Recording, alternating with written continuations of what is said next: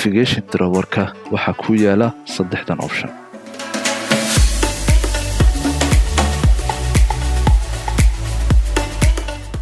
qaybtan koobaad waa cusboonaysiinta liiska ama refresh.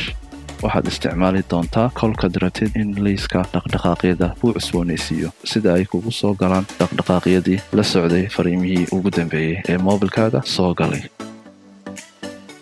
qaybta labaad waxaa weeyaan la wadaag aabka ama share my app. halkan waa kolkaad doonaysid inaad barnaamijkan u faa'iidayso qof kale uguna dirtid social media.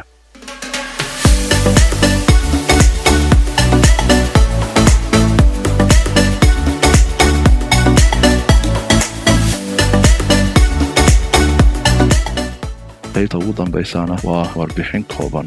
qaybtanna waxaad ku arki sharaxaad kooban oo ku saabsan barnaamijkan.